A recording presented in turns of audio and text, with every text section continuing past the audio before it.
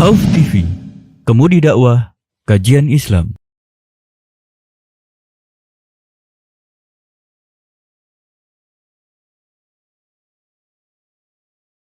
Mana ya? Ini. Tes. Boleh. Enggak mentah. Gini. Atau gini. Gini. Tes. Ah, ya.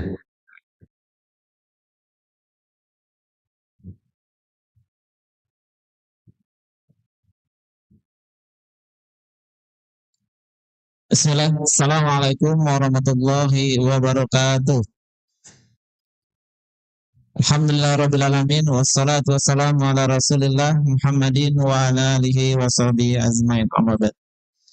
Yang kami hormati guru kita Al-Ustaz Dr. Zainal Abidin LCMM Hafizahullah, yang alhamdulillah sudah berada di tengah-tengah kita.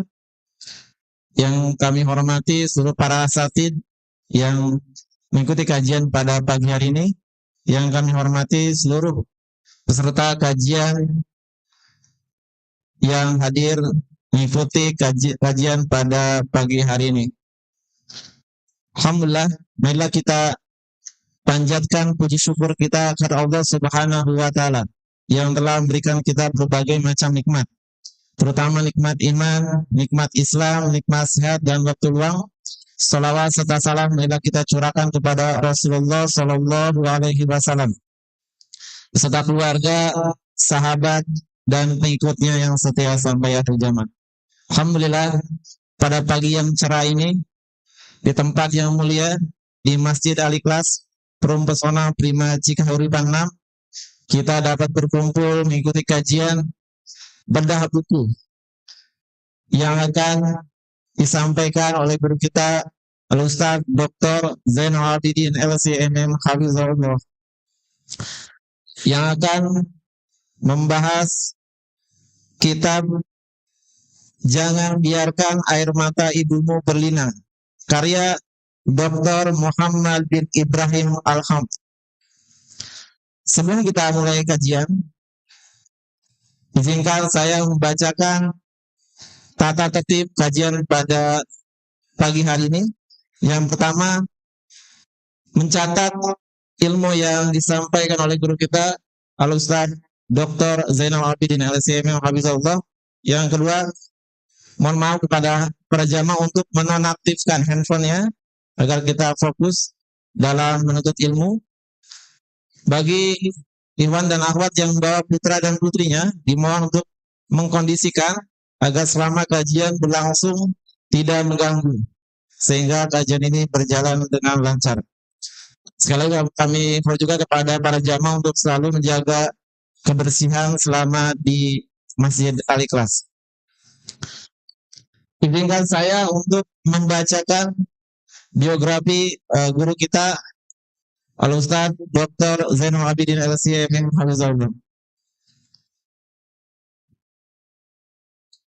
Tempat tanggal lahir Lamongan 12 Juli 1967.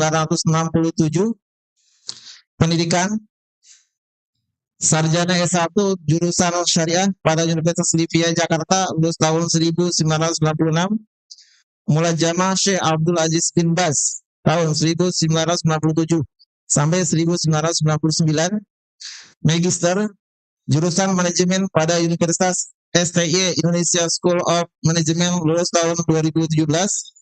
Doktor Pendidikan Agama Islam Universitas Ibnu Khaldun, lulus tahun 2022.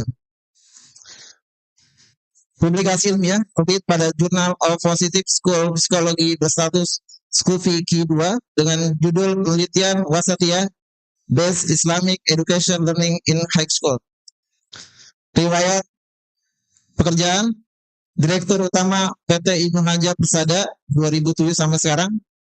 Direktur Ibnu Hajar Boarding School tahun 2009 sampai sekarang. Pembina Yayasan Dakwah Islam Cahilmu 2006 sampai sekarang. Direktur Utama Penerbit Pustaka Imam Bonjol tahun 2014 sampai sekarang. Komisaris Utama CV Zain Amanah Sejahtera tahun 2020 sampai sekarang. Riwayat organisasi, pendiri dan penasihat KPMI 2009 sampai sekarang, anggota pembina UV TV 2010 sampai sekarang, pendiri dan ketua pembina ASESI 2006 sampai sekarang. Pengalaman dakwah, pemateri tetap kajian kitab Bulughul Maram karya Ibnu Hajar Al-Asqalani di Radio Roja dan Roja TV, pemateri tetap IHDS TV dan lain-lain. Karya tulis beliau sangat banyak. Yang pertama buku Putih Ahlussunnah wal Jamaah, Rintangan Setelah Kematian, dan Ya Allah Ampuni Aku. Total sudah ada 29 buku. Moto hidup, ikutilah orang karena dia benar, jangan mengikuti kebenaran. Karena kenalilah kebenaran, maka Anda akan kenal siapa yang benar.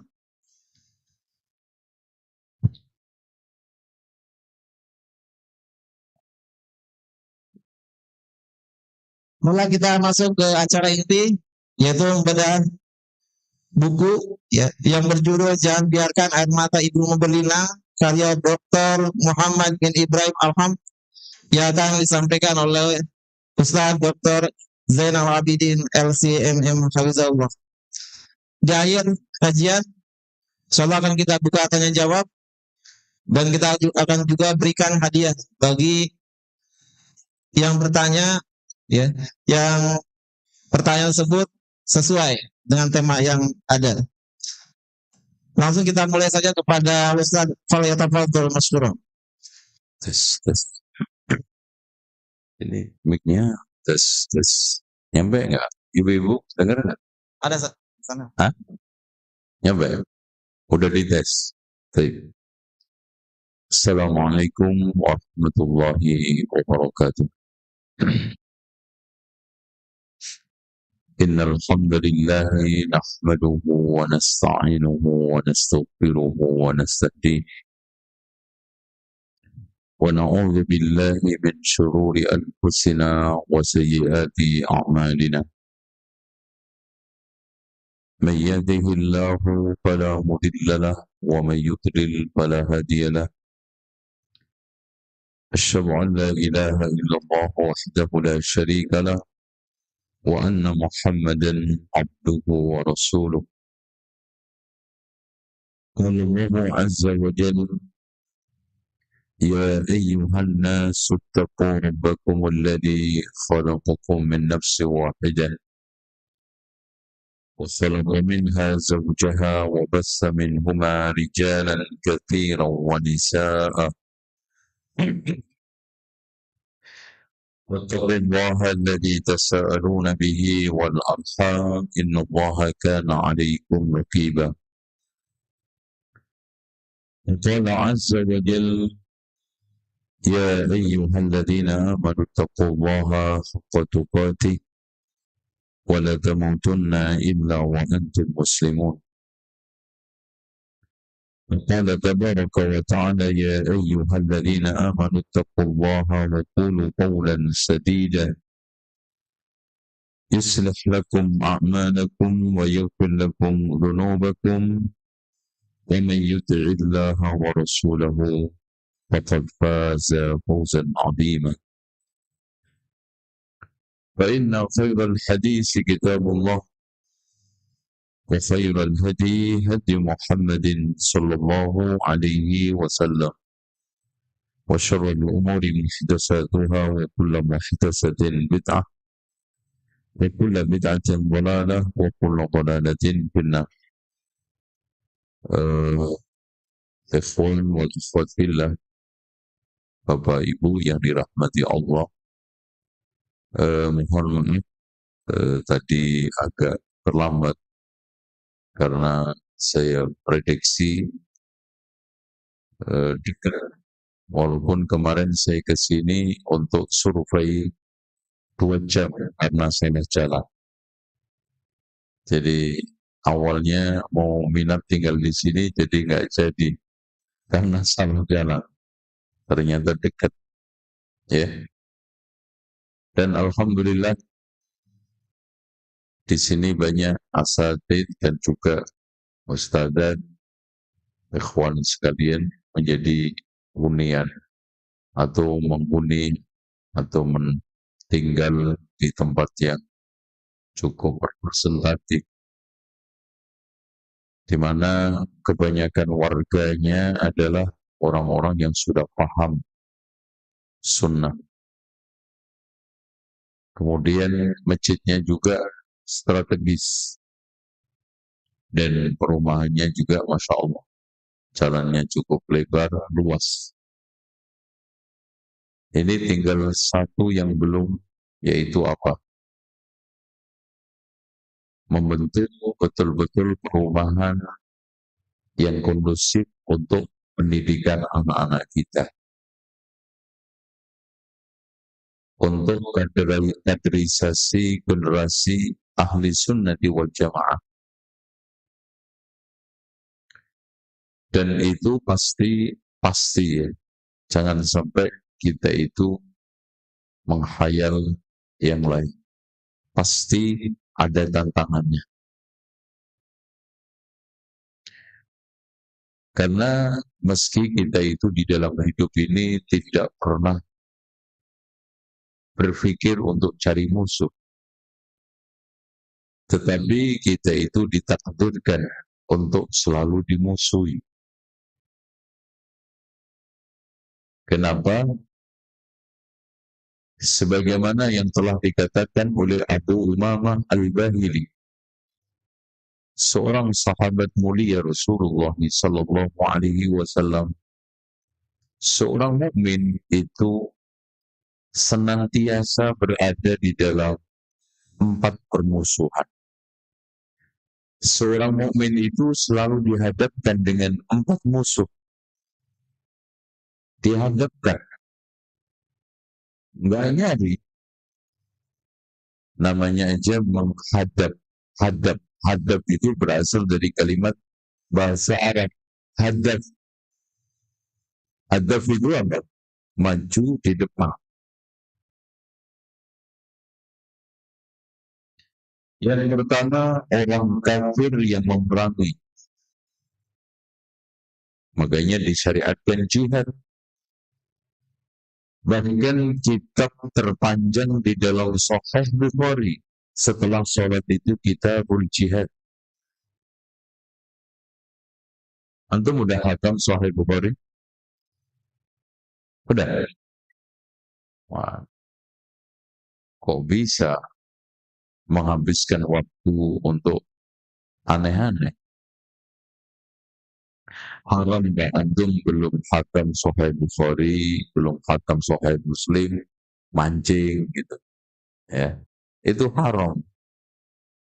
Ya, karena antum telah merusak umur antum. Imam Al-Bukhari yang sudah hafal kurang lebih 200.000 hadis. Imam Abu Zur'ah Razi yang sudah hatam 200.000 hadis, bahkan belum mengatakan saya hatam 2.200.000 hadis seperti orang menghafalkan surat Al-Ikhlas. Itu nggak pernah mancing.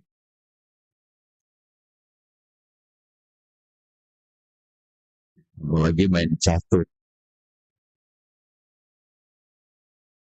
Apalagi apa mas? Hah? Main game. Ya. Terus apa lagi? Hah? Ya, antum sampaikan aja. Apa lagi? Apa? Hah? Apa? Enggak bulu tangkis. Itu olahraga.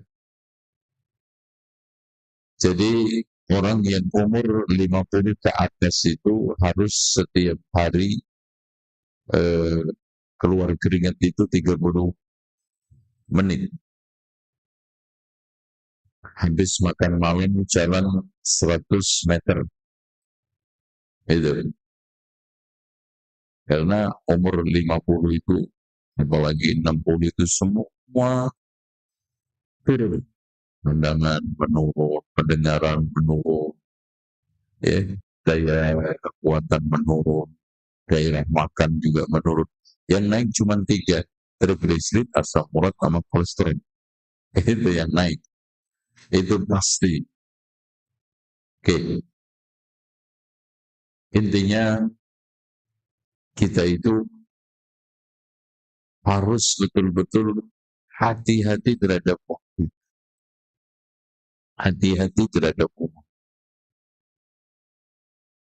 Summa latus'alunna yawma idzin 'anil na'im. Nikmat umur, nikmat waktu itu pertama kali yang ditanyakan oleh Allah, la tazulu qadama 'abdin yawmal qiyamati hatta yus'al al-'abda. Tidaklah bergeser kaki seorang hamba nanti di hari kiamat sebelum ditanya tentang 4 perkara. Mari kita habiskan untuk mengkhatamkan tafsir Ibnu Katsir, kalau enggak minimal tafsir As-Sa'di. Kita habiskan untuk mengkhatamkan Bulughul Maram. Kita habiskan untuk mengkhatamkan Umdatul Ahkam. Kalau tidak Al-Lu'lu' wal Marjan. Kita habiskan waktu kita untuk mengkaji Sahih Bukhari wal Muslim. Gimana? Setuju nggak? Jawabannya nggak jelas. Gimana? Setuju nggak? Apanya? Karena kata Rasulullah, yakhrujud Dajjal. Dajjal itu keluar fi khiffatin minad din, di dalam kondisi agama itu tipis. Wa idbarin minal ilmi, banyak orang yang berpaling dari ilmu. Mas, jangan digede. Bang, biasa saja. Ya, nanti kencang sendiri. Tenang aja. Pemanasan. Ya. Insya Allah nanti kencangnya setelah berbeda. Jadi seperti ini. Wasu'idatul bayyin, dan banyaknya pertikaian. Dari Dajjal itu tidak akan keluar kecuali pada saat tipisnya agama umat, orang banyak berpaling dari ilmu, dan di mana-mana terjadi pertikaian, perpecahan, yang disebut dalam bahasa sekarang itu segregasi. Apa? Keterbelahan sosial. Di rumah tangga aja pecah, famili pecah, organisasi pecah, politik, partai politik pecah, masjid pecah, pondok pecah, sekolah pecah. Itu yang terjadi. Nah, yang kedua kata Imam Al-Bahili, jadi seorang mukmin itu selalu di dalam musuh. Kafir yang memerangi, munafik yang membenci, syaitan yang menggoda, dan mukmin yang hasad. Jadi kafir yang memerangi, munafik yang membenci, mukmin yang hasad kepadanya, syaitan yang menggodanya. Ini 4. Nah,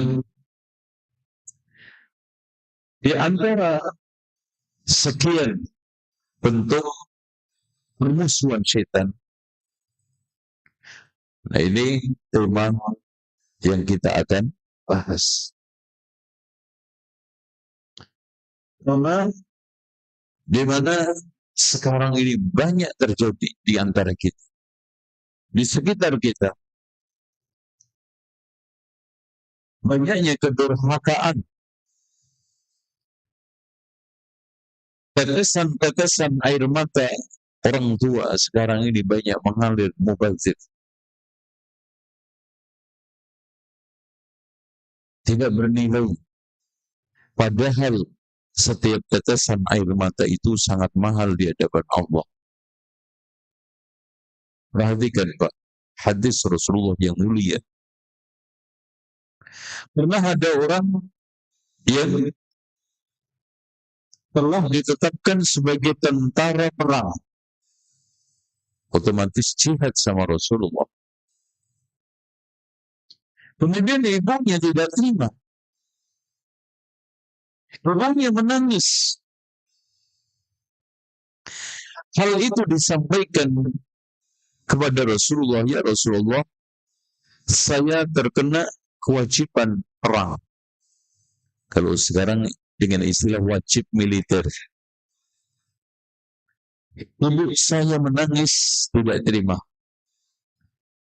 Maka kata Rasulullah, pulanglah kembali, bikin dia tersenyum, sebagaimana engkau telah membuat dia menangis. Bagaimana sekarang ini dengan anak yang membuat menangis orang tua dengan maksiat?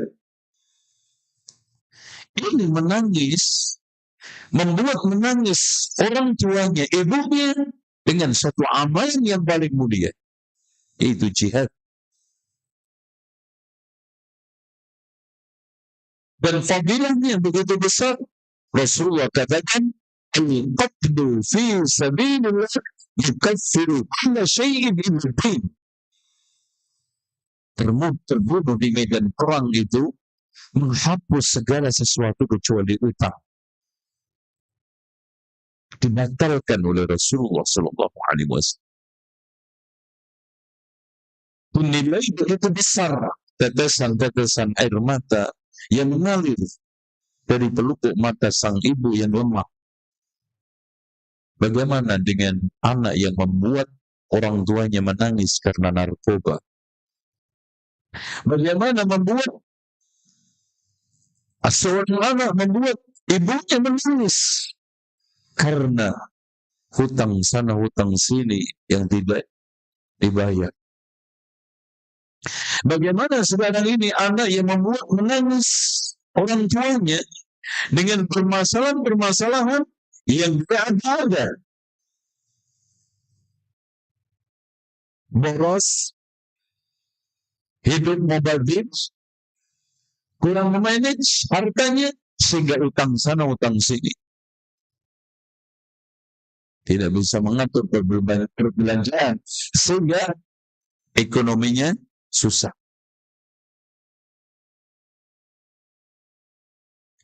Bagaimana dia sekarang ini membuat menangis orang tuanya dengan dosa-dosa besar. Masyaallah. Dan ini sekarang banyak. Saya pernah mendapatkan cerita dari salah satu guru ketika saya tabligh di Jawa Tengah. Saya tidak usah menyebutkan daerahnya secara persis. Ada seorang anak menuntut bapaknya untuk membelikan BlackBerry ketika zaman dulu, BlackBerry. Ya, HP yang Masya Allah. Sementara orang tuanya, subhanallah Pak, hanya seorang yang tukang menurunkan kelapa. Coba bayangkan. Ada lagi yang menuntut untuk membeli motor Scoopy.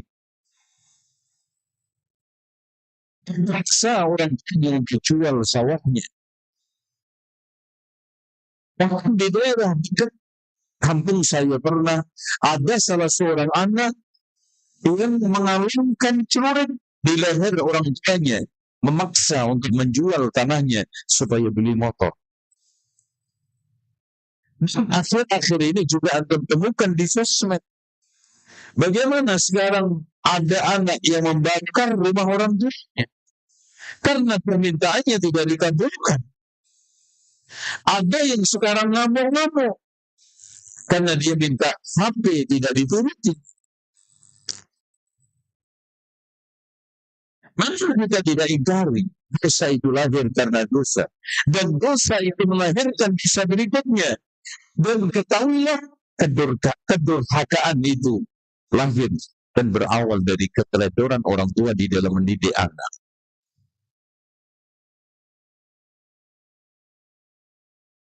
Makanya ya ikhwan,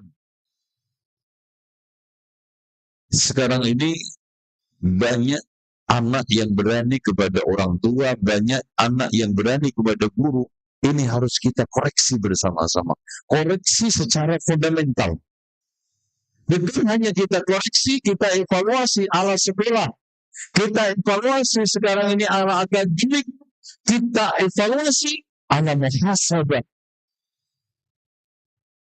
Ada apa dengan saya? Ada apa dengan kita? Ada apa dengan pendidikan yang sekarang ini, Masya Allah, tingkat akademik bergelar benten, tetapi tidak menghasilkan akhlak, tidak menghasilkan output, apalagi outcome yang sekarang ini sesuai dengan konstitusi kita, menghasilkan lulusan yang beriman di akhlak. Itu saja sudah untung. Sementara di sekalian, kata Imam As-Suyuti, pemicu su'ul Fatimah itu sangat banyak, tetapi didominasi oleh 4. Yang pertama, durhaka kepada dua orang tua. Coba bayangkan, berarti potensi di sekitar kita orang-orang yang mati su'ul Fatimah itu, Masya Allah, bangsa Amrik. Yang kedua, orang yang menyia-nyiakan sholat. Yang ketiga, orang yang kecanduan khamr, apalagi yang narkoba. Dan yang keempat, orang yang suka melecehkan kehormatan kaum mukminin. Bukankah sekarang ini kita temui hal itu menjadi fenomenal di tengah kita?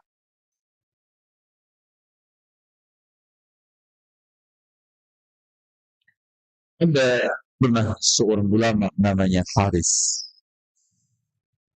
melihat tetangganya digampar anaknya. Digampar, Pak. Setelah itu dia datangi, ini orang digampar, orang anaknya kok diam aja. Dia mencoba untuk datang membela sambil melerai. Tapi orang tersebut digambar anaknya, diam 1000 bahasa, tidak bereaksi sama sekali. Setelah ditegur oleh sang ulama tersebut, kenapa kamu digambar anak kamu diam? Biarkan, kata dia. Dulu saya pernah mempeling bapak saya di tempat ini. Subhanallah. Tidak kurang, tidak lebih. Di tempat inilah dulu saya memukul orang tua saya.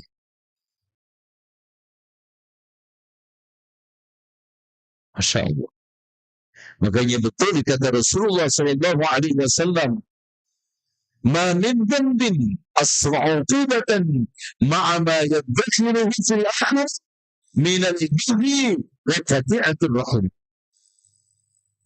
Tidaklah ada dosa yang paling cepat ditulang di dunia, masih ada simpenan nanti di akhirat, ketimbang melampaui batas dan memutuskan silaturahmi. Dan nomor 1 adalah uququl walidain. Ya pemicu, Masya Allah. Oleh karena itu hadirin sekalian, aku membuat orang itu menangis, berhaka kepada orang itu bercabang-cabang. Efek domino rakanya itu, Masya Allah. Dari arah su'ul Fatimah, iya. Dari arah dikuntanin juga, iya. Dari arah dia itu hidup sial, iya. Dari arah tidak al-jaza'u min jinsil amal, balasan itu sepadan dengan perbuatan juga, iya. Baik. Cukup. Selesai, kita akhiri. Subhanallahumma hamdika. Pulang ya.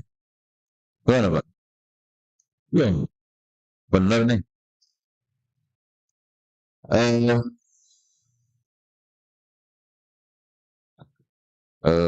Gimana? Ini nanti akan rutin nggak?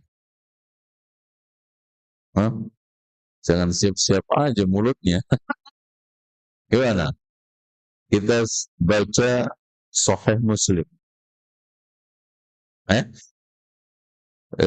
Setahun sekali. Benar. Berapa? Sebulan sekali ya? Ya, oke. Setiap minggu begini aja. Minggu apa Sabtu enak? Jangan-jangan Ahad kondangan. Sabtu ngajak keluar anak istri. Senin kerja. Mana? Habis sudah. Insya Allah. Saya itu ingin membaca At-Ta'liq ala Sahih Muslim karya Syekh Muhammad ibn Shalih Al-Utsaimin. Cukup bagus, ringkas. Tapi kalau dikaji sebulan sekali mungkin 20 tahun. Ya. Coba. Di antara satu kenikmatan hidup, Pak, kita bisa duduk di majelis. Itu.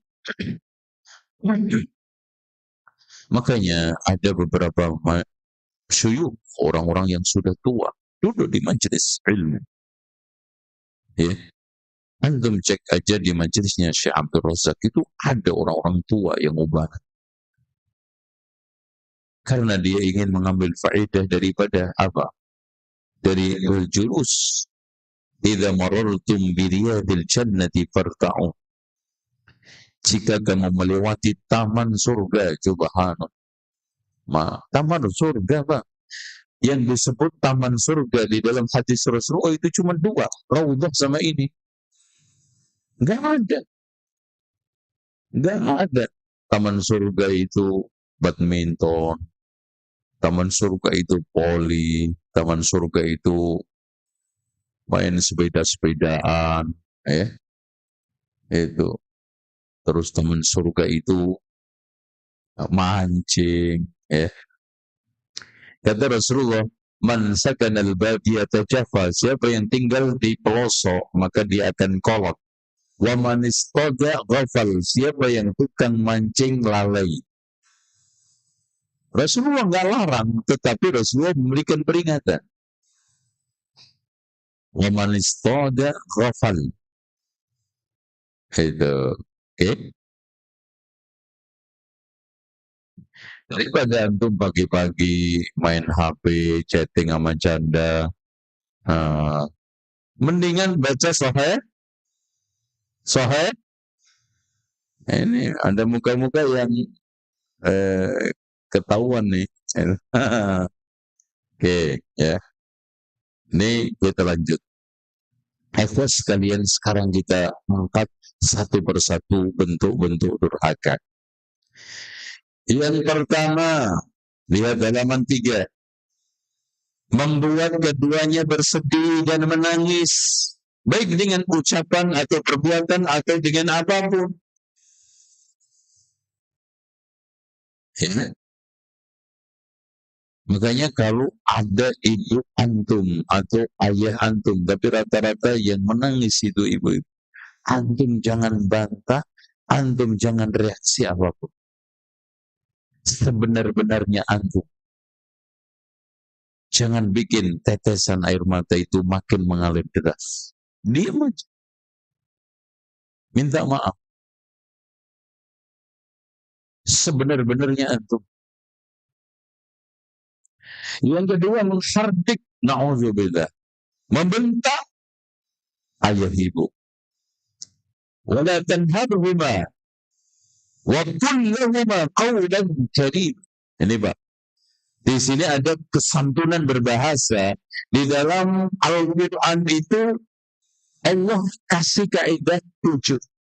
Yang pertama, qawlan ma'rufah. Qaul itu harus baik. Benar. Qawlan ma'rufah. Qawlan sabida. Qawlan karimah. Qawlan maysura. Qawlan layyina. Terus yang keenam, qawlan Sabila. Yang ketujuh, waduh, nggak apa nih Pak. Qawlan ma'rufa, qawlan sabida, qawlan maisura, qawlan karima, qawlan layyina, qawlan saqila, qawlan. Ayat. Masih ada satu. Qawlan baligha. Makanya Pak, orang itu dikatakan santun berbahasa kalau sudah memenuhi syarat atau memenuhi kriteria 7 tadi. Qaul itu harus ma'ruf. Qaul itu harus sadid. Meskipun benar, qaul itu harus apa? Layyin. Meskipun benar, qaul itu harus karima, memuliakan. Sehebat-hebatnya anak, setinggi-tingginya status anak, tetap orang tua adalah orang tua, anak tetap anak. Ucapannya itu menghormati. Itu. Makanya Allah berikan ungkapan ini sama ya, wala tanharhuma wa amma sa'ila fala wa amma sa'ila fala. Waduh, nih kayaknya wajib kita wajibkan baca ini, hafal amma yatasaalun ya, terus aman. Wajib Pak. Antum kalau nggak hafal terus amma itu menikah itu masih diragukan. Apalagi punya anak, gitu kan gitu. Itu minimal antum bisa ngajari juz amma ke anak antum, istri antum. Jangan sampai anak antum lebih pintar di dalam hal ini gitu ya. Dalam hal lain oke lah. Wa fi masail har. Artinya jangan kamu usir orang tua kamu seperti usir pengemis. Nggak ada Pak orang yang boleh diusir itu kecuali pengemis. Itu begitu. Wa amma sa'ila fala tanhar. Mengemis saja nggak boleh. Apalagi orang tua. Bahkan sebagian tidak bisa baik kepada orang tua. Harus ini itu. Katakan kepada dia. Seandainya orang tua antum hanya punya jasa melahirkan tok, cukup antum wajib berbuat baik. Birrul walidain.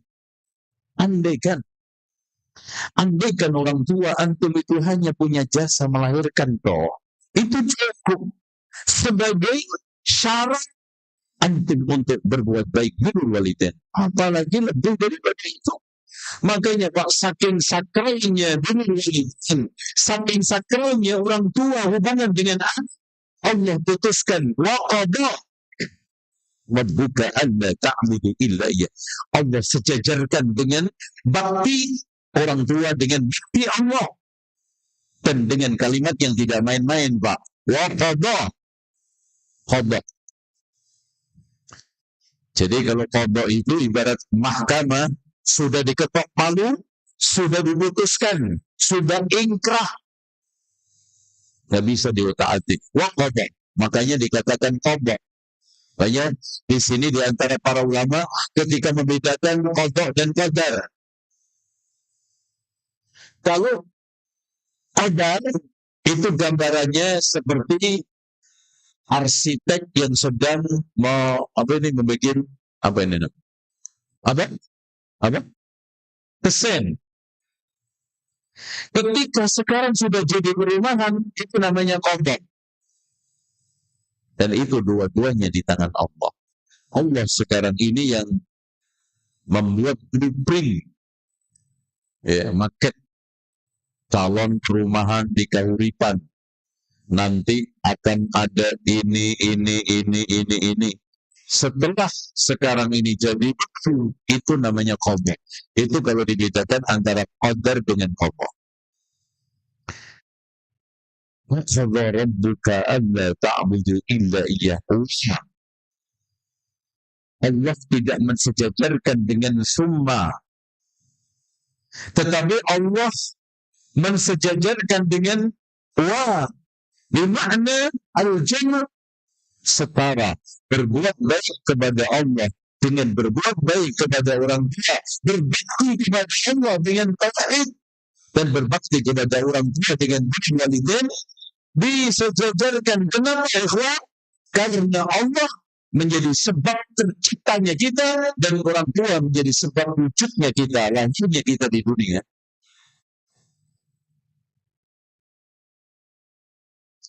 Selanjutnya yang ketiga, kesal terhadap perintah dan ini kedua orang tua.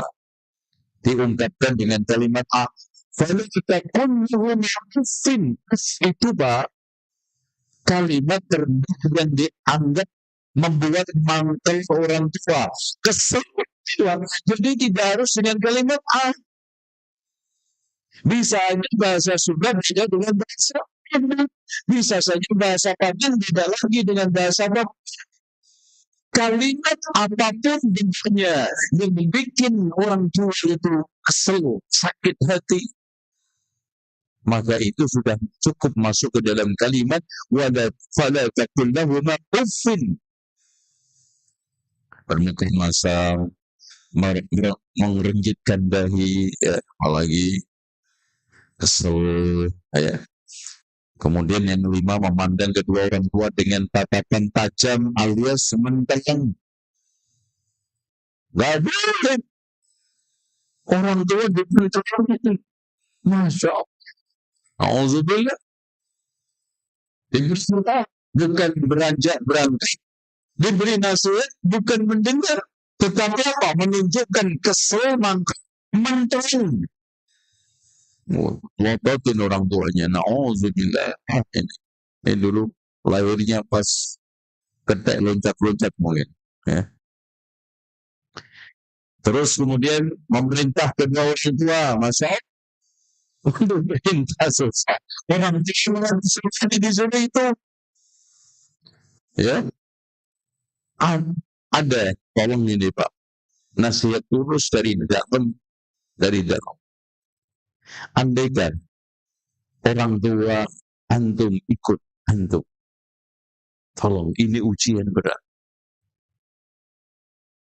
ini cobaan berat.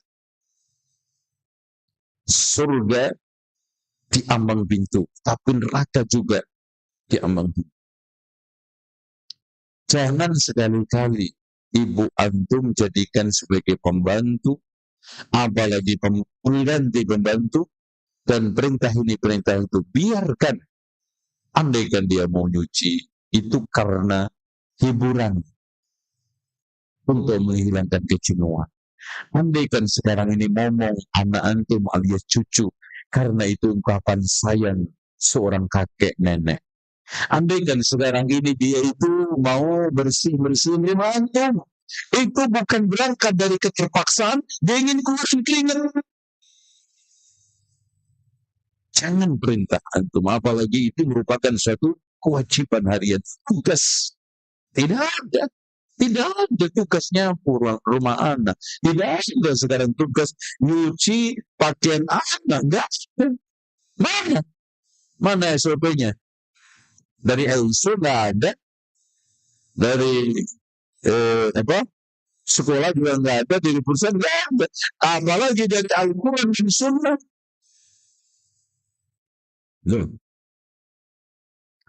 Yang ketujuh, mencela makanan. Antum makan. Setidak-tidak sukanya makanan hasil masakan ibu antum, biarkan itu hanya di lidah antum yang tidak kelihatan, di raut muka antum, di mulut antum, apalagi di kalimat antum, biarkan itu tertahan di lidah antum.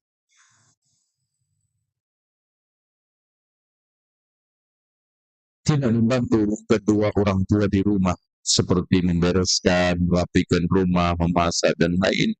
Ada sebagian malah nyuruh-nyuruh. Ya. Udah dimasakin susah-susah, ngompat-ngompat makanannya. Ya. Nggak dimakan, na'udzubillah. Memalingkan muka ketika orang tua berbicara. tidak mendengar kata-kata mereka dengan baik atau memotong kata-kata keduanya dan mendustakan keduanya, membantah keduanya. 10. Meremehkan pendapat bapak ibu. Ada sebagian orang yang tidak meminta nasihat kepada orang tua, tidak meminta izin ketika ada urusan penting. Antum mau kerja ke luar negeri, Pak, antum pamit, minta pendapat, musyawarah. Bukankah ada suatu kaidah yang indah? Ma khaba man istashar, tidak akan kecewa orang yang musyawarah. Man istahab, dan tidak nyesel orang yang istikharah. Antum mau nikah, minta musyawarah. Antum mau melamar kerja, minta musyawarah. Antum mau sekolah, minta musyawarah. Minimal dianggap pendapatnya, didengar pendapatnya, itu sudah merupakan kebaikan besar. Tidak meminta izin saat masuk rumah atau kamar kepada bapak ibu, memunculkan masalah di depan orang tua, baik masalah dengan istri, ya. Kalau antum punya masalah dengan istri, dengan teman kerja, dengan siapapun, jangan ujuk-ujuk, jangan bermudah-mudah lapor ke orang tua, curhat ke orang tua, apalagi ada tipikal anak mama. Maaf, ciri-ciri anak mama. 1, gayanya gemulai. Ya, kalau singkatan saya LGBT, laki-laki bergaya tomboy. LGBT. Kalau dia sedang ta'aruf sama wanita manapun, pasti yang dibangga-banggakan ibunya. Oh, ibu saya itu masakannya Masya Allah. Pokoknya ibunya. Yang dipuji-puji ibunya, yang dibanggakan ibunya. Lah, bagus. Cuma nanti kalau nikah bermasalah. Yang ketiga, tanda anak mama kemana-mana suka bawa makanan kecil hasil buatan mamanya, entah kuenya, entah apanya, bahkan tidak segan-segan. Pernah saya menemukan bawa kantong kecil dikalungin. Padahal dari itu bawa makanan. Tuh, ini kan buatan ibu saya. Nah, akhlak yang atau ini wanita yang ta'aruf dengan laki-laki model seperti ini, ya, harus tegas. Bilang aja, Mas, bapak saya itu, galuknya setengah mati. Langsung antum kenalkan bapak antum. Bapak saya itu, Masya Allah. Kalau ada laki-laki yang nggak tegas, apalagi kemek, kayaknya daun telinganya digunting deh sama bapak gue. Wah, udah kaget. Terus, maaf Mas, hobi saya itu nonton Smackdown. Nah, ini insya Allah langsung sembuh gitu ya. Itu. Oke. Memasukkan demokrasi di dalam, Masya Allah, ada yang memasukkan narkoba ke dalam rumah orang tuanya. Ada yang memasukkan musik ke dalam rumah orang tuanya. Ada na'udzubillah selingkuh di dalam rumah orang tuanya. Minimal memasukkan pacarnya ke dalam rumahnya. Memasukkan alat-alat media-media yang haram ke dalam rumahnya. Jelas melakukan kemungkaran di depan orang tua seperti merokok, mendengarkan musik, tidur saat waktu sholat, mencoreng nama baik orang tuanya dengan melakukan perbuatan buruk di tengah masyarakat, kejahatan di masyarakat, dan ini banyak. Coba bayangkan hadirin sekalian, anak seorang kiai murtad. Pernah saya itu ngurusin seorang akhwat yang kesurupan karena diguna-guna oleh pacarnya Kristen dan sudah masuk Kristen. Dan bahkan sudah kawin, sudah hamil. Jadi ternyata setelah kita usut-usut, dia adalah salah seorang tokoh di daerah sekitar Bekasi. Iya. Makanya Pak, kita itu nggak jamin terhadap anak cucu kita. Sehingga kita harus banyak-banyak berdoa. Minimal jangan sampai antum tinggalkan 6 atau 7 doa. Rabbi habli min ladunka dzurriyyatan thayyibah innaka sami'ud du'a. Rabbana hab lana min azwajina wa dhurriyyatina qurrata a'yun waj'alna lil muttaqina imama. Rabbi la tadharni fardan wa anta khairul warisin. Rabbi awzi'ni an ashkura ni'mataka allati an'amta alayya wa ala walidayya wa an a'mala salihan tarda wa aslihni fi dhurriyyati inni tubtu ilayka wa inni minal muslimin. Rabbi ij'alni muqimas salati wa min dhurriyyati Rabbana wa taqabbal du'a. ربنا اغفر لي ولوالدي وللمؤمنين يوم يقوم الحساب. رب ارحمهما كما ربياني صغيرا.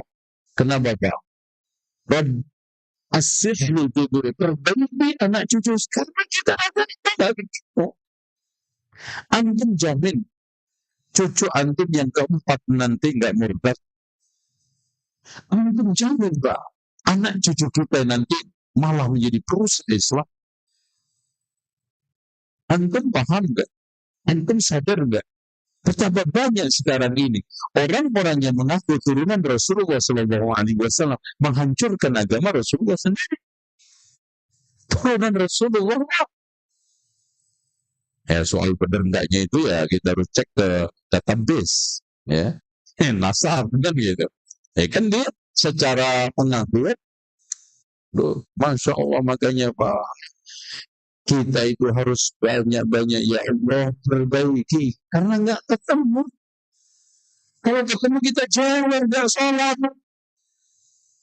Kalau ketemu dia sekarang ini, nah kan kita ingat, kita udah dituburi, anak cucu kita menjadi musuh-musuh Allah dan Rasulnya. Assalamualaikum.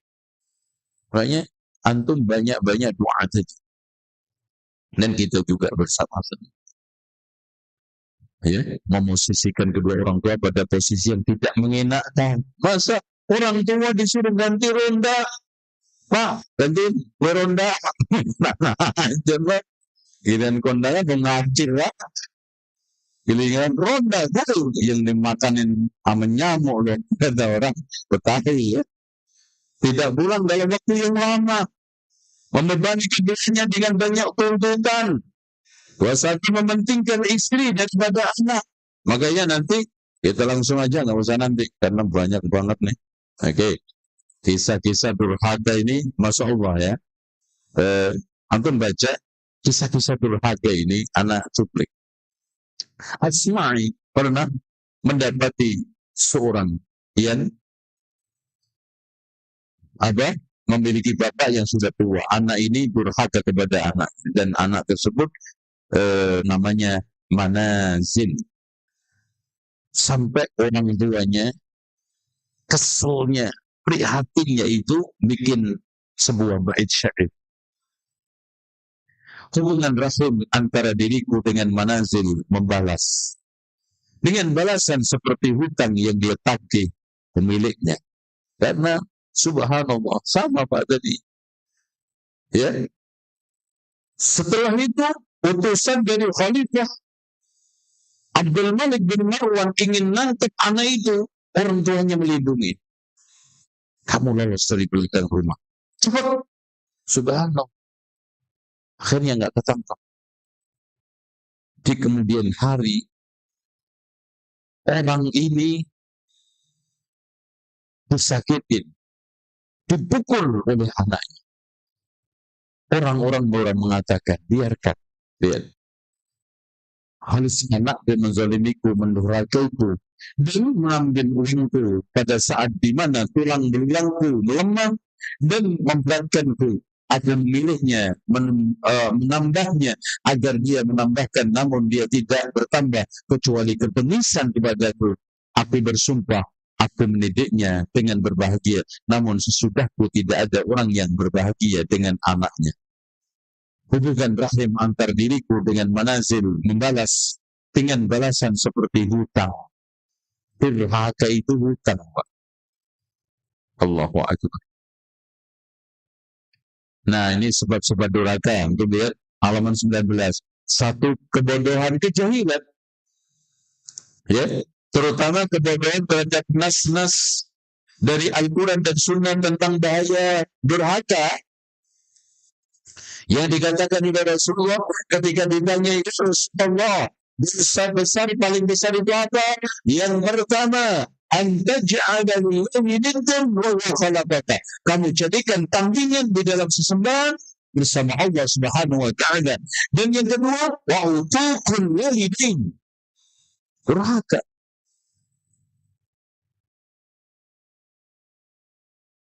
Nah, masalahnya juga sekarang gini, Pak, kan?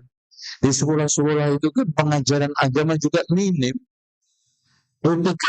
Sehingga dengan sendirinya etika ya. Pendidikan yang buruk, lihat, pendidikan orang tua, pendidikan di sekolah, bahas lingkungan tidak mendukung. Banyak di antara teman-teman yang ada di lingkungannya itu yang durhaka kepada orang tua. So, bagaimana? Kontradiksi melihat adanya kontradiksi dari anak. Ya Allah, manusia takuluna mana tafalun, di mana dia mendidik anaknya supaya birrul walidain, supaya taat, ternyata di depan mata anaknya dia sedang durhaka kepada orang tuanya.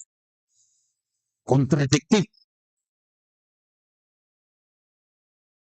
Teman yang buruk ini juga, ya, teman-teman yang buruk ini, Masya Allah, durhaka kepada kedua orang tua. Nah tadi, karena dia durhaka, didurhakai. Karena durhaka itu utang, pasti harus dibayar.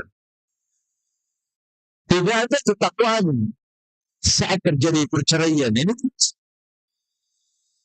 terus membedakan antara anak satu dengan anak yang lain.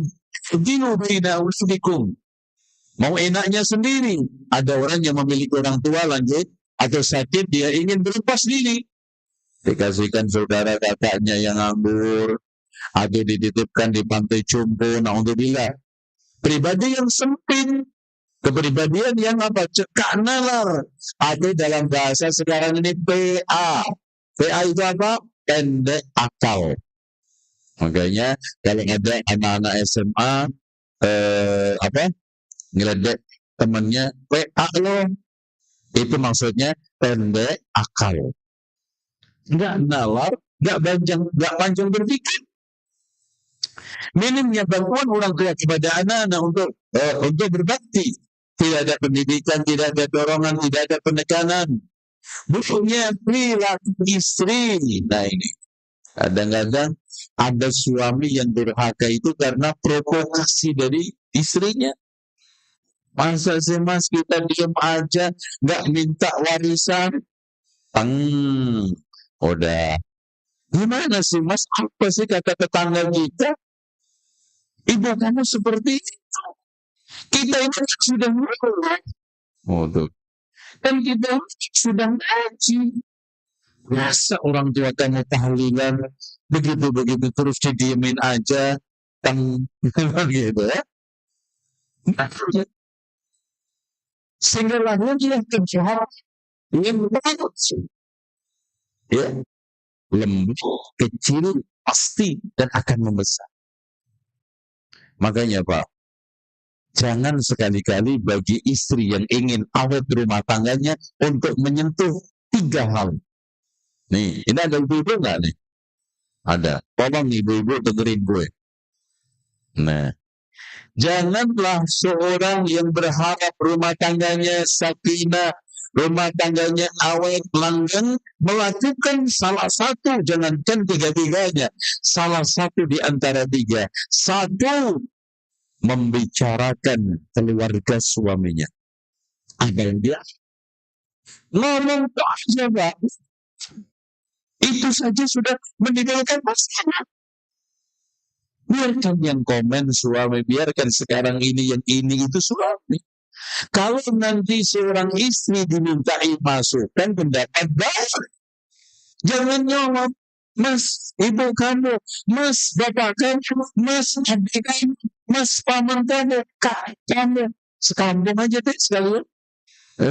Saya ada yang masuk ya, suami istri tengkar gara-gara perbedaan dalam masalah memasukkan anak. Udah gini aja mas, kalau anak ini dipaksa masuk pesantren, saya nggak mau tanggung jawab, goblok sama kehendaknya.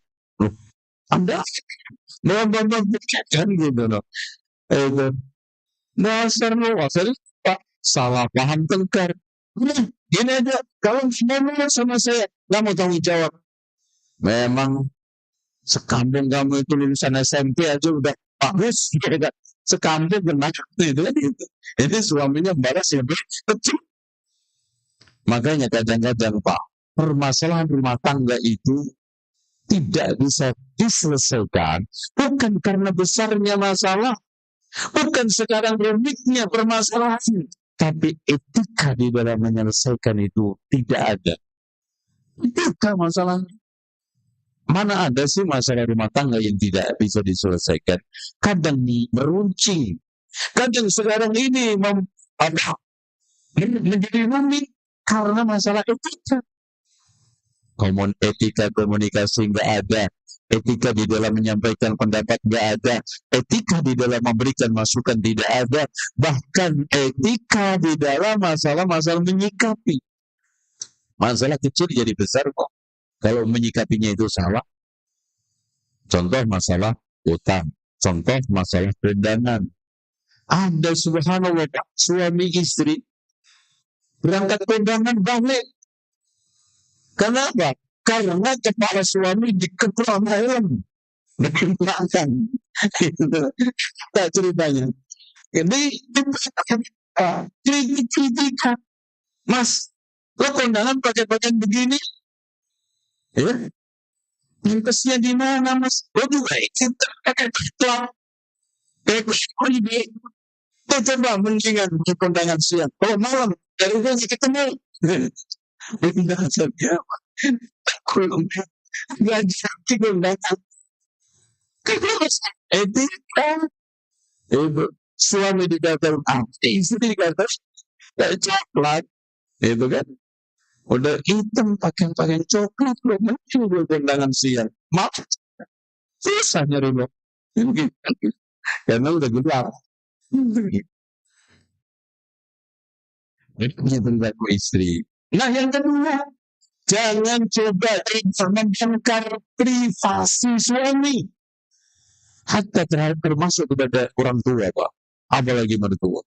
Pernah ada terjadi perceraian di Kuwait. Karena itu suaminya, istrinya ini kolokan. Ya mungkin masih muda dan pengantin muda. Dan selalu permintaan itu wajib dikabulkan. Karena ada sebagian watak perempuan itu, kalau sudah diomongin itu kayaknya janji, ditagih terus. Akhirnya, dia ketika itu minta uang, minta membeli kado temannya yang mau menikah. Ternyata, setelah nggak jadi. Karena apa? Karena si suaminya itu mengetahui bahwa ini kondangannya nggak bagus. Awam. Nanti ikhtilaf macam-macam. Akhirnya apa? Akhirnya si istri minta uang ke orang tuanya. Suaminya merasa tersinggung. Gengsi banget. Emang gue gak bisa membeli kayak gitu? Harus mertua saya terjun. Emang beli KPR? Bisa beli kado aja mertua turun tangan. Kesinggung dia. Orang dikunci. Itu. Loh, kan? Kayak itu. Jangan sekali. Yang ketiga, jangan merendahkan profesi suami. Saya ulangi lagi, kalau bisa ini ditulis di figura yang gede, pakai tintanya nggak usah emas. Syukur-syukur bikin banner. Jangan membicarakan keluarga suami. Jangan membongkar privasi suami. Jangan merendahkan profesi suami. Ya, haram. Itu. Mendingan mana, Mas? Jadi masyarakat sampah dengan raja judi. Mana yang lebih bagus? Raja, tapi judi. Nah, itu. Mending masyarakat yang penting bukan sampah masyarakat. Apa bedanya? Masyarakat sampah adalah masyarakat yang mengolah sampah sehingga menjadi kaya. Banyak tuh orang kaya raya yang menggeluti sampah, yang mengolah sampah, yang apa? Merawat sampah. Itu namanya masyarakat sampah. Kan kalau masyarakat petani karena mengelola pertanian, masyarakat kebun karena mengelola perkebunan, masyarakat apa lagi? Masyarakat apa?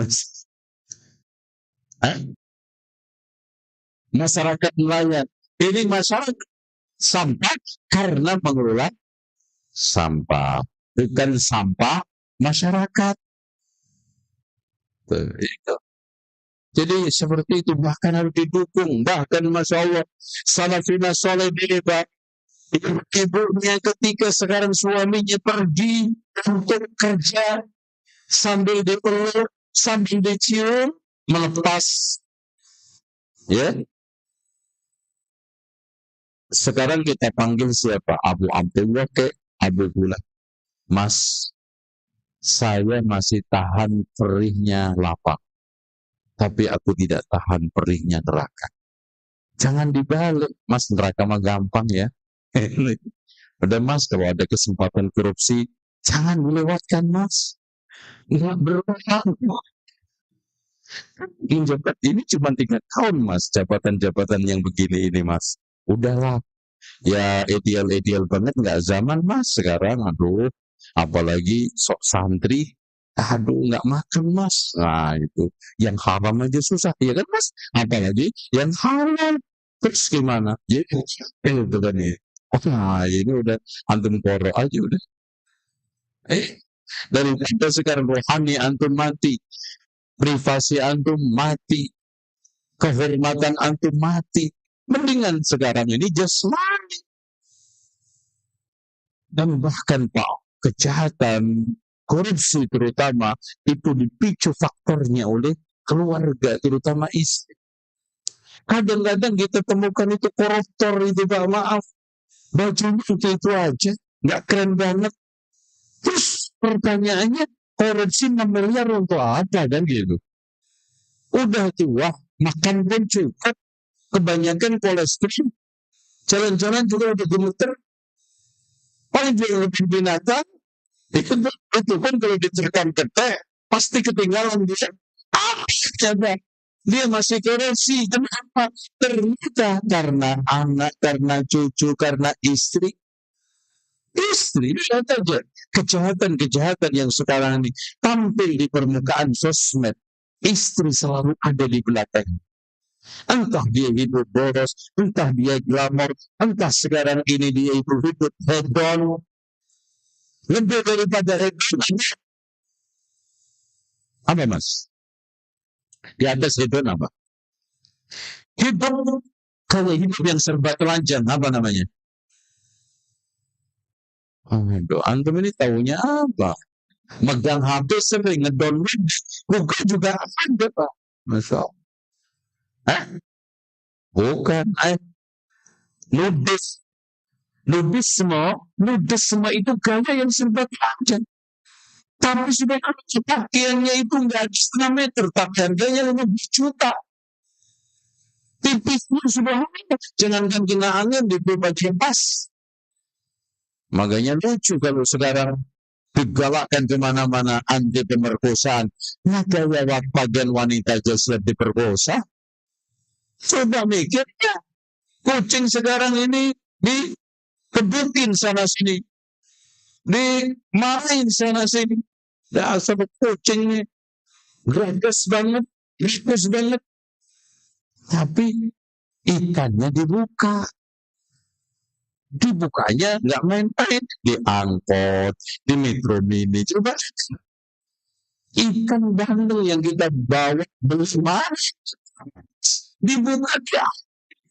Coba di Metro Mini, di pasar-pasar. Nah, apalagi kadang-kadang yang kurang pemahamannya itu, yang paling konslet itu ketika beli sayur, tukang sayurnya di depan rumah. Itu kan kaum ibu-ibu dengan mudah keluar. Dengan pakaian apa aja. Coba bayangkan. Ada yang cuma pakai pakaian, apa kan? Pakaian dalaman rumah.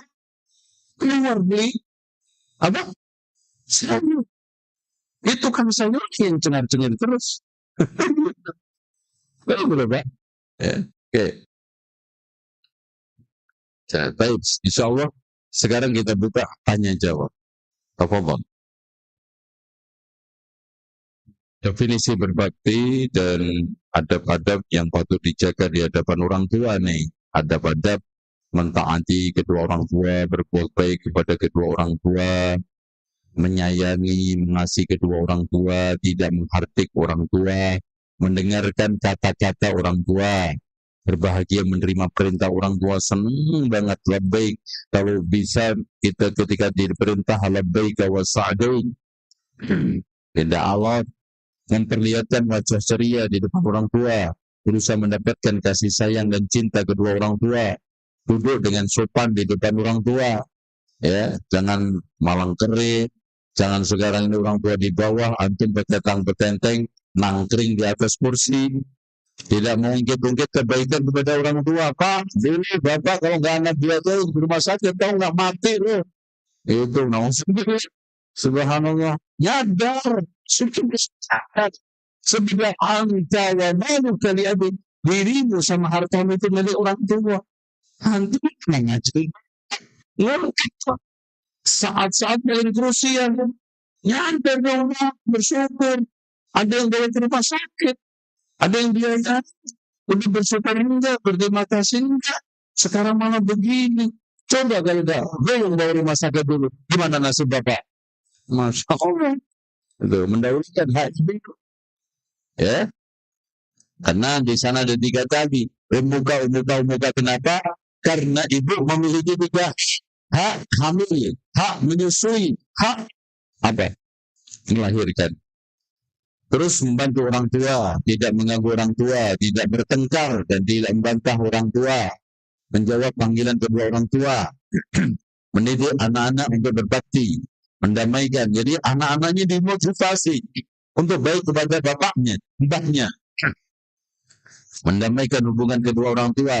Apalagi orang tuanya punya masalah, entah dengan temannya, entah dengan koleganya, entah dengan tetangganya. Atau mungkin antar orang tua, ibu bapak sedang keras, meminta izin saat tidak masuk, mengingatkan kedua orang tua, meminta pendapat dan persetujuan, menjaga nama baik orang tua, jangan dicemarkan, tidak mencela dan menyalahkan kedua orang tua, melakukan apa yang membuat kedua orang tua bahagia, memahami tabiat kedua orang tua. Kalau orang tua antum itu orangnya keras, antum harus bersikap.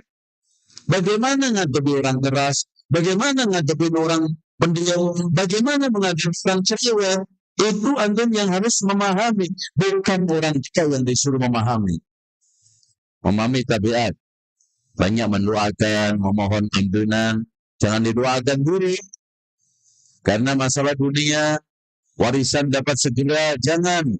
Berbakti kepada kedua orang tua sudah wafat, nah ini Pak, memperbaiki hubungan silaturahmi dengan familinya, dengan temannya, menjaga perjanjiannya, meneruskan kebaikannya. Kalau orang tua dulu antum menjadi pengurus masjid, lanjutkan.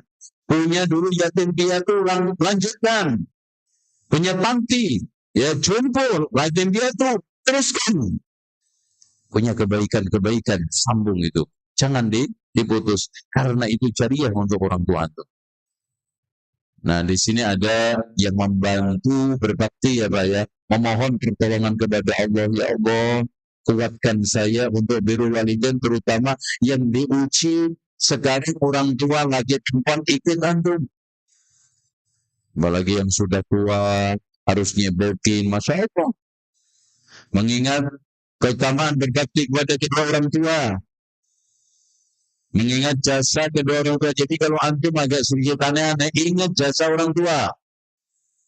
Melatih diri untuk berbakti. Kalau sekarang gagal, besok lagi kita latih. Kalau kemarin baik, kita perbaiki lagi. Ya Allah, anak kemarin atau tahun lalu atau besok kurang perhatian kirim uang. Sekarang aku berbeda.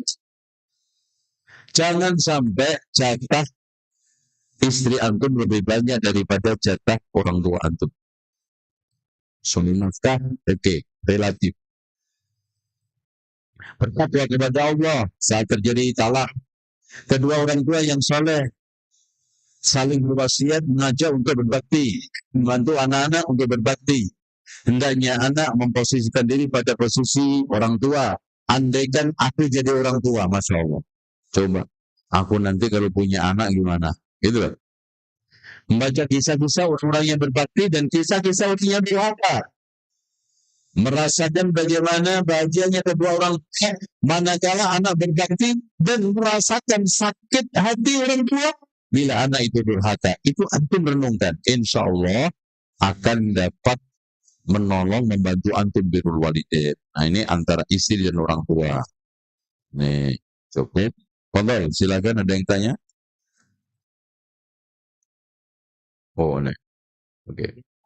Oke. Ini buku bekas ya? Enggak. Mau baru. Baik, ini nanti pertanyaan yang terbaik saya kasih hadiah rumah di Kahuripan. So, ini nggak main-main ini, Masya Allah. Siapa yang sudah menghatamkan Bulughul Maram?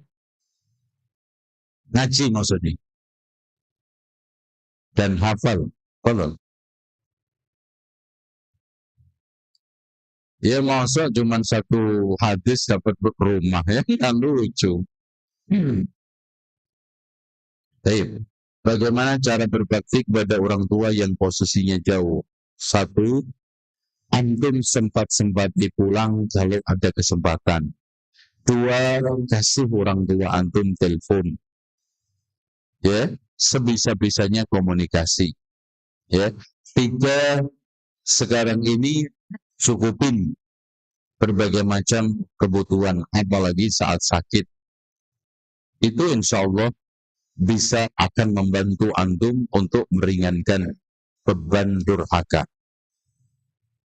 Bagaimana cara menasihati orang tua yang sering berhutang riba? Caranya, antum datangi rentenirnya. Antum datangi banknya. Biasanya bank begini, bank plecit. Itu satu. Di sana kita dialog dengan bersahabat, dialog dengan bersahaja untuk tidak memudah-mudahkan memberi hutang orang tua saya, sambil antum jelaskan backgroundnya, dampak-dampaknya sebelum antum sampaikan halal haram. Karena kalau dia itu paham halal haram, Pak, si bank ini nggak mudah. Jadi antum ujuk-ujuk datang bawa dalil yang intinya tambahkan. Kalau dia sudah tahu dalil haram, bukan hanya tahu, dia memahami, bukan hanya paham, dia sadar akan haramnya riba. Nggak perlu duduk di posisi itu. Makanya antum berikan dampak sosialnya, dampak ekonominya, dampak pada rumah tangganya, sampai kelas, sampai mau cerai loh Pak sama bapak saya loh Pak. Ini kan gara-gara bapak nih, awas loh Pak, kalau sampai benar-benar cerai. Nah gitu, sedikit diancam. Nah itu. Apalagi antum potongan debt collector. Nah itu pas itu kan gitu. Ngancem orang bank kan pas itu ya. Gitu. Oke. Karena seluruh kali lubang tutup.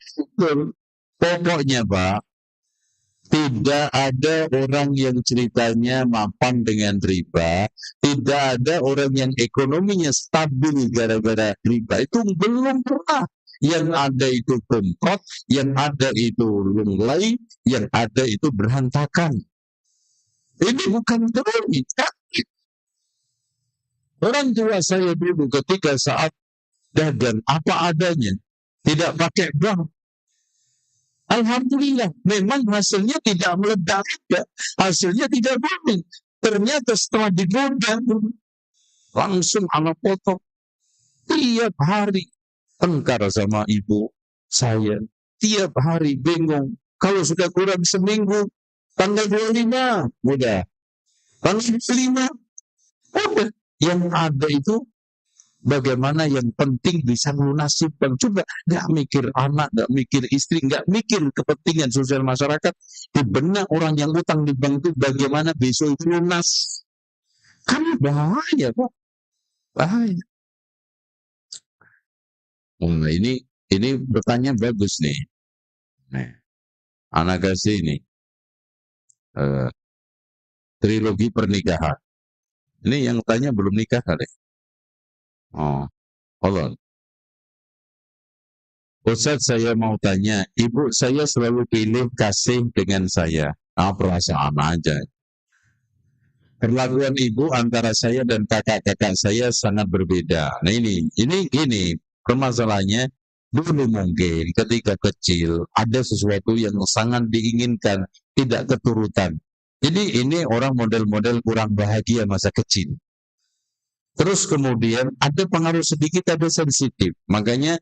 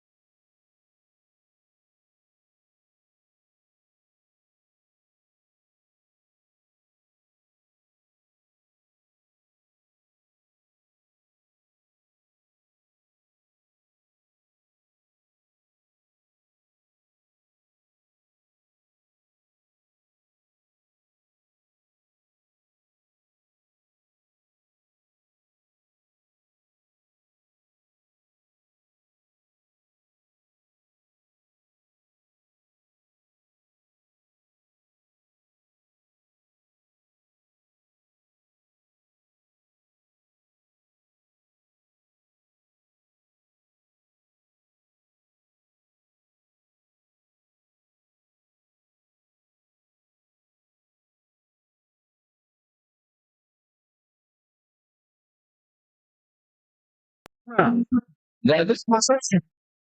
Saya nggak akan terima sebelum Rasulullah jadi saksi. Akhirnya keduanya datang ke Rasulullah SAW. Ya Rasulullah, saya ingin memberikan sebutan tanah kepada Nu'man. Rasulullah menanyakan, aku ingin menjadikan engkau menjadi saksi ya Rasulullah, karena ibunya Nu'man bilang seperti itu. Apakah semua anakmu kamu kasih seperti itu? Tidak. Apa kata Rasulullah? Ini la usyhidu zura. Saya tidak akan mau menjadi saksi keculasan. Culas. Hanya kalau antum kasih motor semua. Kasih sepeda semua. Rumah semua. Jangan yang mentang-mentang anak pertama udah sukses, anak kedua sukses, anak ketiga ngenes, kasih rumah. Yang lainnya enggak. Mungkin saat sekarang ini sukses. Dia diam, tidak protes. Tapi minimal ini ngomong itu akan meredam konflik di akhir kemudian. Pak, maaf. Kisah. Ada dulu tanah. Tanah 2000 meter. Yang kata orang, saking gak lakunya, kata orang Betawi, tempat buang jin anak jin. Ini bahas kena IT ini ya. Saking gak lakunya.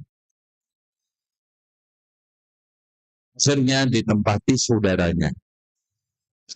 2000 meter. Ternyata Pak, sekarang semeternya itu hampir 30 juta. Oh, Masya Allah. Anak-anaknya mulai keluar tanduknya. Gitu. Terus bapaknya juga udah pensiun. Bahkan harta di akhir hayatnya habis-habisan. Oh, udah mulai berpikir, aduh, coba. Oh, tanya sama Pak Demo kan. Datangin tuh. Tanah 2000 itu gimana? Tuh, Masya Allah. Tanah 2000 ditanyakan setelah 30 tahun. Yang dulu Pak beli cuma 500 perak semeter.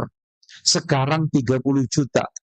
Oh, 30 juta kali 2000. Wah, ini bisa umrah nih. Bisa beli Alphard ini.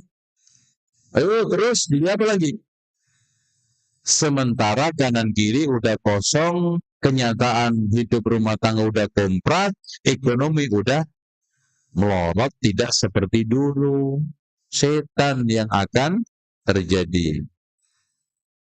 Makanya masalah harta itu kata Rasulullah apa? Iyyakum wasyuhha.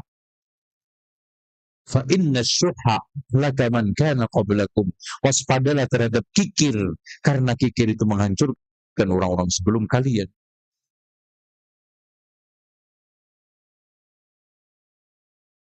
Ustaz, bagaimana cara menyikapi suami yang setiap ada dengan saya atau dengan keluarga saya pasti dia selalu melaporkannya kepada kedua orang tuanya. Ini suami tidak siap untuk menjadi suami.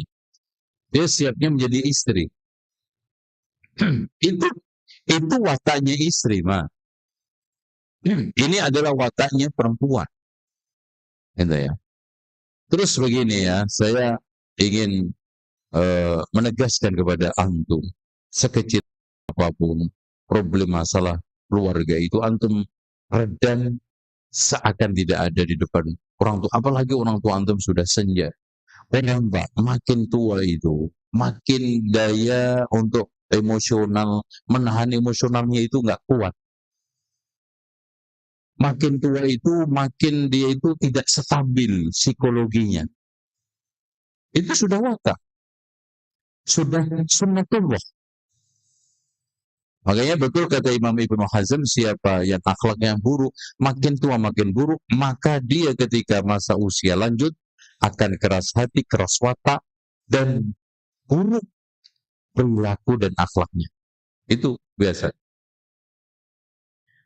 Makanya antum latih sebelum 40 tahun. 40 tahun itu tanda, Pak. Makanya gini, lihat aja orang kalau sebelum 40 tahun sakit-sakitan itu umurnya rata-rata 62. Itu aja udah bagus. 40 itu menentukan. Orang itu kalau umur 40 sudah tanda-tanda ekonominya di mana, ya sudah. Umur 40 sekarang orang itu kelakuannya tidak baik-baik, ya ada potensi berubah. Kita tidak menutup untuk taubat, tetapi watak. Apalagi kejahatan, keburukan itu sudah menjadi bagian dari watak. Contoh, ada orang yang wataknya itu, lisannya itu pedas. Suka ghibah ngomongin orang. Watak. Ada orang yang wataknya itu culas. Ada wataknya orang itu suka memfitnah. Ada wataknya orang itu bermuka 13. Bukan muka 2, kalau 2 mending. Ini mukanya 13. Ke RT bawa muka, ke RW bawa muka, ke keluaran bawa muka, ketemu teman bawa muka, di masjid mukanya sendiri, jadi mukanya beda-beda. Wah, ini udah Masya Allah. Tuh ya. Ada keluarga yang orang tuanya sudah berpisah, sehingga anaknya mengurus satu-satunya orang tua. Kemudian antara anak tersebut tidak ada yang mau mengurus ayahnya, karena perbuatan ayahnya yang kurang baik. Ya, diingatkan. Kurang baik itu di mananya? Karena orang tua ketika dia punya jasa, meskipun tidak melahirkan, tapi darah daging itu kan nempel di anak itu, gen DNA itu ada, itu sudah cukup berbuat baik.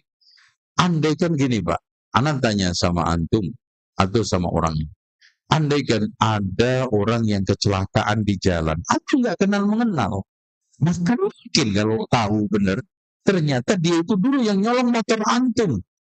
Ya enggak? Antum tolong padahal nggak tahu, nggak kenal, nggak punya sambung. Bahkan mungkin orang itu jahat, bahkan mungkin orang itu non-muslim. Apa nggak lebih berhak antum tolong orang tua antum? Yang jelas hubungannya, yang jelas hierarkinya, yang jelas surganya. Mana akal kita untuk membandingkan sesuatu yang kecil ini? Sementara al-kalimatut thayyibah shadaqah, kepada siapapun, la tahqiranna minal ma'rufi syai'a, jangan merendahkan kebaikan walaupun kecil kepada siapapun. Dan kata Rasulullah, wa ahabbil a'mali ila Allahi sururun tudkhilu 'ala mu'min, sebaik-baik amal adalah rasa gembira yang antum masukkan kepada seorang mukmin, dan bapak antum mukmin. Bagaimana jika bapak ibu suami meminta tinggal serumah di rumah suami, sementara sang istri keberatan, menolak? Apa istri mendorong suami durhaka kepada orang tua? Sebetulnya di sini kan tidak saklek dan tidak serta-merta. Dibutuhkan proses, gitu loh. Jadi kita juga tidak mencap langsung birrul walidain durhaka. Proses dulu. Keinginan suami ingin tinggal serumah, kita dialogkan. Alasan apa? Kita bikin SWOT ya. Kekuatan, kelemahan, ancaman, dan apa lagi? Gitu Mas. Kira-kira kalau kita sama orang tua ini, ayo kita pakai papan tulis. Kalau enggak kertas, kita tulis. Untung ruginya tinggal bersama orang tua secara objektif. Duduk. Nah, satu, untungnya gini deh. Listrik nggak bayar. Kurang ajar. Dua, air enak juga di sini, bagus airnya. Tiga, anak kita kalau kerja juga enggaknya yang ngomong. Dasar loh. Nah, tiga, empat. Sekarang di sini nih alhamdulillah banyak kajian. Tuh kan, 1, 2, 3 dicoret. Nggak bener. 1 kajian. 2 atau 3. Ternyata itu suami versi untungnya. Istri nulis versi ruginya. 1, 2, Mas, banyakkan rugi nih Mas. Nih, bukan rugi, Mas, rugi diterusin. Itu cuma yang 1 Mas, orang gendeng. Rugi diterusin itu kan siapa? Dalilnya di rumah sakit Sumber Waras atau Sarjito orang gila, itu cara terapi untuk penyembuhan orang gila itu disuruh untuk ngisi ember bocor, kolam bocor, gitu kan gitu. Kalau dia ngisi terus berarti gendang. Kalau dia mulai tanya, kenapa ya nggak penuh-penuh? Nah, waras ini mulai sembuh sampai Mas. Tahu kolam ini diisi nggak penuh-penuh. Kenapa ya?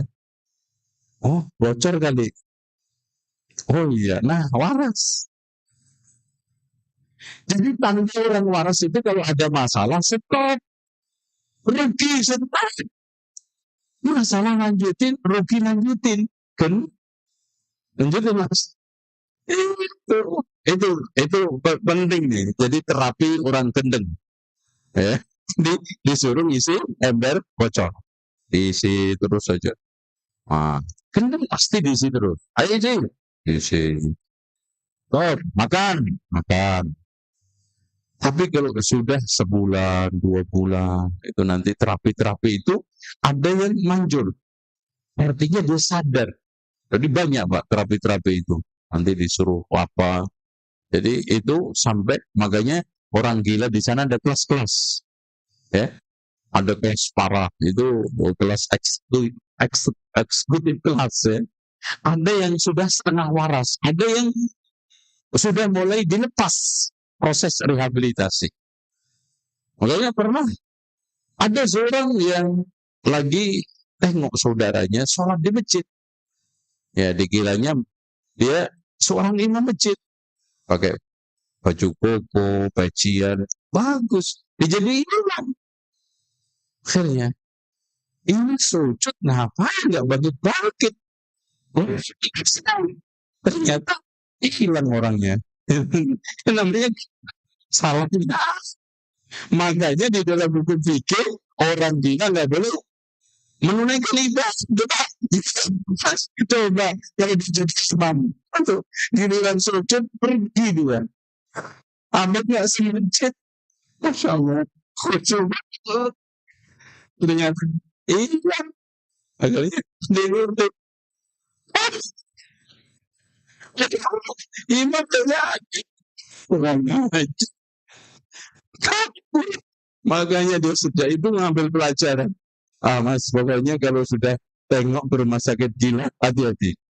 Karena ada beberapa ini yang sudah direhabilitasi. Dilepas. Disuruh untuk bersosialisasi, nanti kalau sudah normal, dipulangkan. Masya Allah, ini untuk dijawab Ba'dal Id ini. Oke ya. Insya Allah.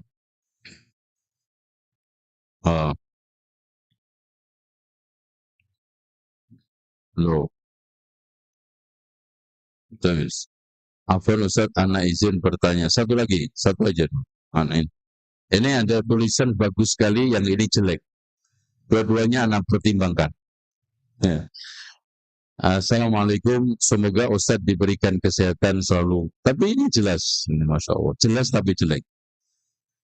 Bolehkah kita mendoakan keselamatan dan kesehatan kepada teman orang saudara kita yang sedang sakit, sakitnya dikarenakan akibat maksiat? Tidak ada masalah, tidak ada masalah. Antum mendoakan orang itu jangan nunggu dia itu orang taat. Antum doakan kebaikan sama pemimpin zalim boleh, sama mereka yang sekarang ini lagi bejat, jahat, supaya dia taubat, kan boleh. Orang yang sedang berbuat jahat aja Mas, kita doakan supaya dia itu baik, mendapatkan hidayah, boleh. Apalagi sekarang dia sudah sadar mungkin dengan sakitnya itu. Karena gini, orang itu kalau diperingatin oleh ustadz nggak bisa, ulama nggak bisa, dirinya sendiri itu nggak bisa menegur, maka akan ditegur oleh Allah. Makanya Pak, penting sekali kita itu sesekali menyisihkan waktu untuk negur diri kita sendiri. Makanya para ulama dulu itu membagi waktu menjadi 4. Satu waktu dia dengan Allahnya, Allah. Satu waktu dia dengan apa? Dengan masyarakatnya. Satu waktu dia dengan ilmu, ibadah. Satu waktu dengan dirinya. Makanya sering saya sampaikan kisah. Kenapa Buya Hamka itu sering membaca kitabnya yang judulnya Tasawuf Modern? Ketika beliau ditanya, kenapa Buya sering membaca bukunya sendiri? Kata beliau, Buya ingin menasihati dirinya. Buya sedang menasihati dirinya. Itu penting. Banyak orang yang sudah sering ikut kajian kan Pak, ghibah itu haram, tapi kenapa masih ghibah juga? Karena kurang menegur dirinya. Begitu juga yang lainnya. Nih, yang terakhir, Afwan Ustaz, anak izin bertanya. Qadarullah, ibu anak terlalu mudah ditipu orang. Nah ini biasanya orang kayak begini Pak, susah diminta, gampang ditipu. Dan itu rata-rata mental orang Indonesia. Orang Indonesia itu mentalnya itu kurang baiknya, susah diminta, gampang ditipu. Contoh, kita minta sumbangan, paling keluarnya berapa? Tapi ditipu miliar. Datang dengan tampilan yang Masya Allah Pak, ini Pak, Insya Allah, kita lagi proses. Ini potensi besar, ini Masya Allah Pak, lahan-lahan yang kosong ini, masjid ini nanti bisa dibangun madrasah. Ya, Insya Allah kita ini kan terpercaya, penasihat kita ini semuanya kiai-kiai besar Indonesia, ini akan mengeluarkan harta karun Wali Songo yang tersimpan di Bank Swiss. Bank Swiss coba, kapan Wali Songonya, kapan Bank Swiss berdiri? Ya. Tapi percaya, itu namanya susah diminta. Dikasih, Pak, ini, aduh Mas. Itu kan. Pasti yang digerayangin ini. Makanya nanti kenapa alasan Rashid Ridho, orang bakul itu sanksinya di akhirat, disetrika jidatnya, punggungnya, lambungnya. Nih. Karena ketika bakil, itu yang bereaksi pertama, yang mengeringin jidatnya. Yang bawa map sumbangan dikasih lambungnya, ditinggal nyelonong dikasih punggungnya. Nah, setrika lah. Tuh, akhirnya ini Pak, satu proposal cuman murah. Bapak bikin proposal, nanti ini sebetulnya biaya administrasi Pak. Karena untuk mengeluarkan dana kurang lebih Pak 1,2 triliun Pak. Ini ternyata kita itu baru tahu Wali Songo, yang salah satu di antara Wali Songo itu saya termasuk turunannya Pak. Itu. Jadi Bapak jangan ragu. Jadi insya Allah yakinlah, Bapak nggak usah ragu-ragu dan nggak usah was-was. Orang yang was-was itu biasanya ada jinnya perlu diruqyah. Aduh. Oh, masya Allah dengan berbagai macam. Oh yakin invest ini akan menguntungkan. Karena sih itu. Ini rata-rata. Jadi bukan ibu antum aja ini. Ya, rata-rata orang Indonesia diminta susah, ditipu gampang. Tapi coba aja Pak, berapa kali diberitakan operasi bodong, invest bodong itu berapa kali? Yang kena, dan yang nggak main-main yang kena berpendidikan. Dan pendidikannya nggak main-main, MIPA S1, S2. Coba ditipu SD. Ya Allah. Terus coba aja yang tokoh penggandaan uang itu, lihat tokoh yang menggandakan uang itu, yang ditipu subhanallah. S3, pengusaha-pengusaha besar, bahkan kantor mereka berstatus sosial bergengsi, ditipu orang SD. Itu memang. Makanya antum di sini mereview kalau ada sesuatu yang ya Allah usaha hari gini aja susah, kok nanti ada orang yang menjanjikan meletup-meletup, ledak-ledak, udahlah antum yakin aja ini pasti nggak benar. Itu aja, antum tahu kok lenden usaha hari gini ini susah, ya. Bahkan pertumbuhan ekonomi Indonesia aja masih 5 di bawah 5. Kenapa nggak antum kasihkan ke adik antum, ke kakak antum, ke tetangga antum? Banyak kok yang masih belum bisa beli rumah. Kalau hanya daun kelor digosok-gosok, nggak mungkin Pak. Tapi itulah mental orang Indonesia. Gampang ditipu, susah diminta. Oke, demikian kita akhiri dengan doa kafaratul majlis. Subhanakallahumma wa bihamdika asyhadu an la ilaha illa anta astaghfiruka wa atubu ilaik. Assalamualaikum warahmatullahi wabarakatuh.